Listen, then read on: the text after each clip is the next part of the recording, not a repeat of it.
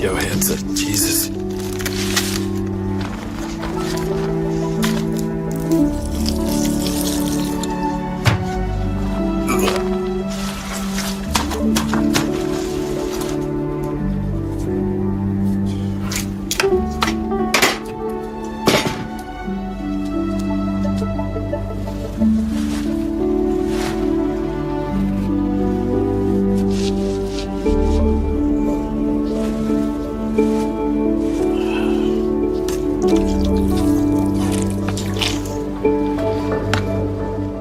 So, poop potatoes. Would Mark Rodney really been able to grow potatoes here in his own feces?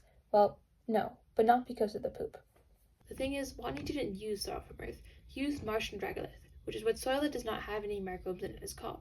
That was the reason Watney used his own feces. He needed something to bring nutrients to the barren Martian regolith in order for anything to grow. So, what was wrong with the regolith? Well, Martian regolith contains traces of perchlorate, with NASA's Phoenix lander finding the soil to contain 0.4 to 0.6% by weight perchlorate, which is more concentrated than the most concentrated amount of perchlorate in the soil on Earth. The thing about perchlorate is that it is very soluble in water, being an ionic, polar substance, and as a result is very mobile. As such, when Watney watered his potatoes, the perchlorate would have dissolved into the water and then been taken up into the potatoes. So when he ate the potato, he'd have ingested perchlorate.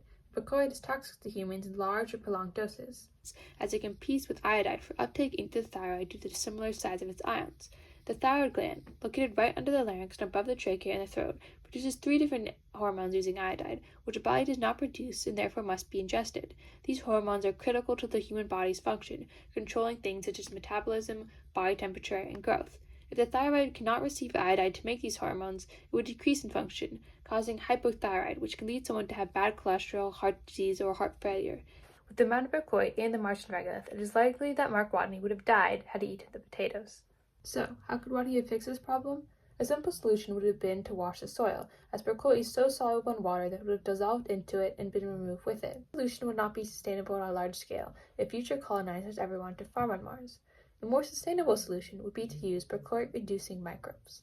While Watney would have likely not have access to these, they can be found on Earth, though studies show that they would need to be genetically modified with the PCR-AB gene in order to catalyze the reduction of perchlorate into chloride and oxygen so that it would be possible off Earth.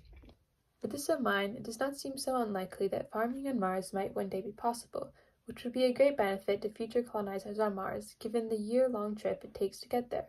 However, farming and living on Mars is far more complicated than just removing perchlorate from the soil.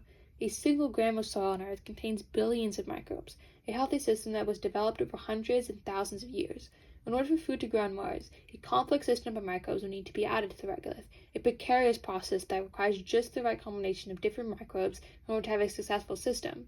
However dire these conditions might seem, colonization on Mars is not impossible, especially with the quickening evolution of technology on Earth, as NASA continues to conduct studies in hopes of one day landing the first human on Mars.